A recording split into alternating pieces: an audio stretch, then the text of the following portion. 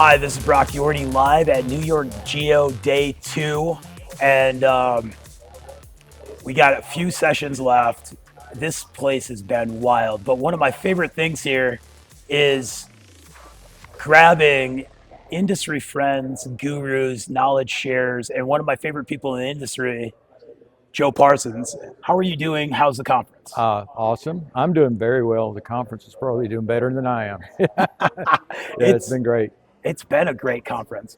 So, ClimateMaster, CCG, Climate Control Group, participates across the country and has lots of initiatives. And we see you at NY-GEO every year.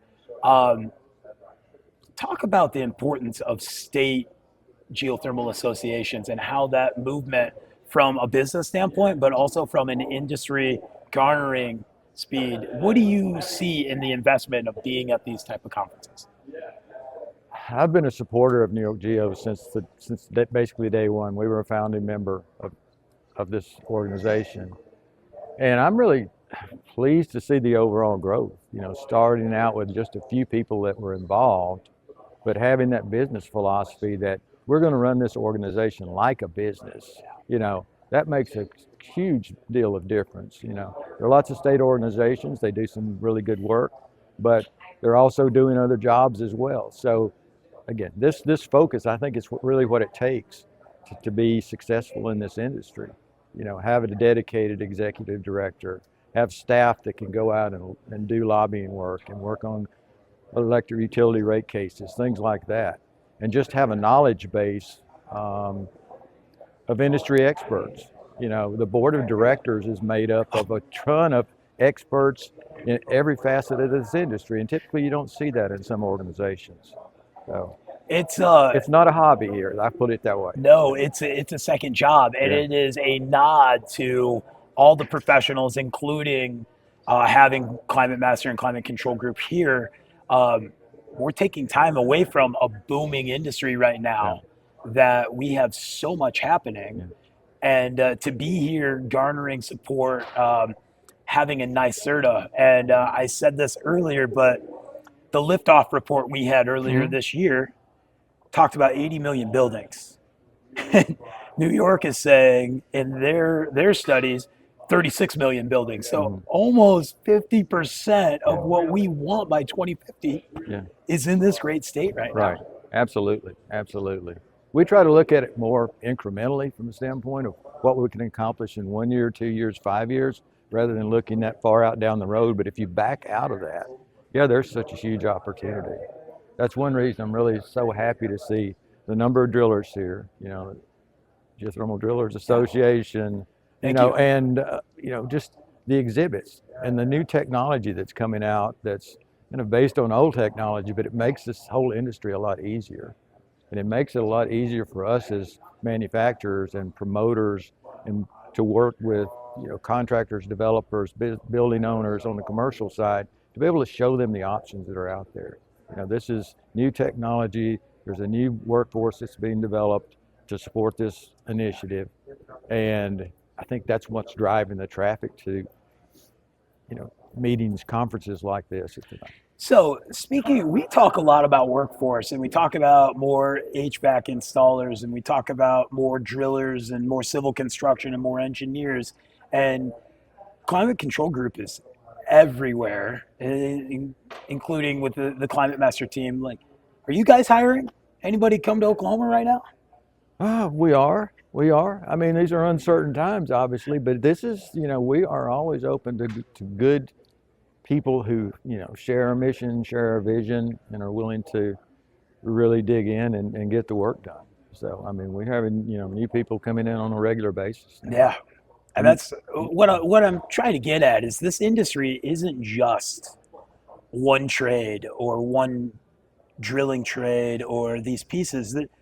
There are so many different opportunities in where you can find a long time career in geothermal that is like with these goals of, as we say, 1 year, 2 year, but like as I Garen goes, in 1994 we did the first, thermal conductivity test, yeah, and yeah, here we are I know. 2025. So it's No, it's, yeah, it's the, I guess, the breadth of the opportunities that are out there. So it's, it starts with training, it starts with building out your team internally.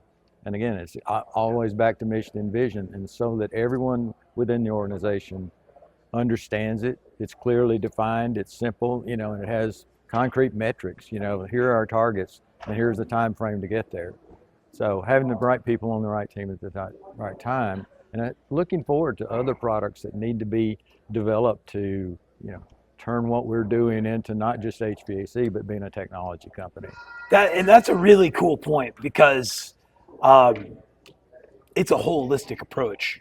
Yes, in Ball State in 2008, we were talking about this massive bore field, but now we talk about hybrid technologies, and Mm-hmm. we talk about taking the science and the innovation and implementing the right system at the right place. And I see that a lot in discussions that Climate Master and Climate Control Group have, and the abilities when I got to hang out and be part of AHR Yeah, and be the drilling guy in your yeah, booth. But also, like, we don't have to just get there by 100 boreholes. It's what's the most cost effective, but like, there's some really neat emerging technologies that are complementing yeah, where we can get to. yeah.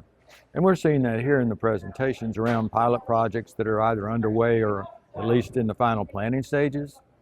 Um, Not all are built around ground source heat pumps, but the ones that are really open the door for this technology, because even if the ground loops are used or the geothermal heat pumps are used to support the thermal energy network, that still means that there are other water source heat pumps that are going to be required within the space. So it's almost double duty for the products that we build. And it's neat. I have gotten to see some presentations that you've put on and case studies, and uh, it. I'm always inspired by the fact that geothermal got its birth and its growth in one of the biggest oil and gas Yeah. states in our country, Oklahoma. Mm-hmm. And then to Yeah. see some of the use buildings, and heck, some of these studies that you've shown are petroleum companies Right. that are still running geothermal Right. to heat and cool their Yeah, facility. and they're using it to save a lot of money. Save a lot of money, a lot of incentives out there, incentives through utilities in Oklahoma, incentives through the federal government, that make it such a compelling argument you can't say no. And that's what we've found over the years, to be able to develop those tools, to be able to illustrate exactly what you can expect from an operating cost, from a maintenance cost for systems, and looking at that and then looking at the long-term benefits. You really need to be able to stretch this out, and with a geothermal system, you can. I mean, you've got a 25 to 30-year lifespan, and it's Or more. predictable, or more, and you've got ground loops that are going to last probably 100 years or more, and that's the major component of this. Once that's done, system replacements are easy, quick and easy. So you're, again, driving down the overall life cycle cost of that system before We you even take into consideration the savings, so the right. operating cost savings. So here we are, 2025, New York-GEO. Next year it'll be in Brooklyn in March. We have ICHBA that's going to be happening near St. Louis in April of next year. That's very big. ICHBA is going to Vienna next year to do a technologies collaboration Right. conference. Um, you've said this to me a couple of times, and it makes me think about how do we get this industry sustainable. Here we are again. We're seeing the Inflation Reduction Act changing. We're seeing ITCs changing, but you've always had a great moment and pitch to we need a local and a state level. We need to be sustainable outside of just when do we have the credits. Yeah, it's that's been a goal for at least 20 years for me, to, again, take away that dependency around those incentives, because the industry rises and falls with the, as those incentives ebb and flow, and they typically come back. But, we've seen the industry be reduced by, 40, 45%, at certain times like that. So everything I've been hearing today and yesterday here indicates that, we're talking, this is not new technology, and it works, and it's kind of strange that we are an organization when we keep telling each other that it works, but we know it works, and because there's systems that have been in the ground out there. We've had systems that have, been over 40 years old, that we've been able, once they were retired, actually capture them. We have one in our lobby in Oklahoma City, one of the first systems that we built. So it's there, and it's the technology is improving as components improve, but it's still the same basic technology that we've had over the years. So it is proven, and I know for a fact it will stand on its own, because we've seen that in the past, long before the incentives came on board. And that's a perfect place to wrap, because it is that business case. We've been doing this for, NYSERD is 50 years old. You look at New York-GEO's conference, and this is the 10th year. We have lots of good cases. It's now share the knowledge. And with a Mission Geo and an IGSPA and a climate control group, doing their outreach, and our other manufacturers out there, we're filming right now in the middle of this conference, and then we're all going to go get busy again. But the 15 minutes that we got to spend here can go anywhere from here. No, absolutely. I appreciate the opportunity to chat with you, as I always do.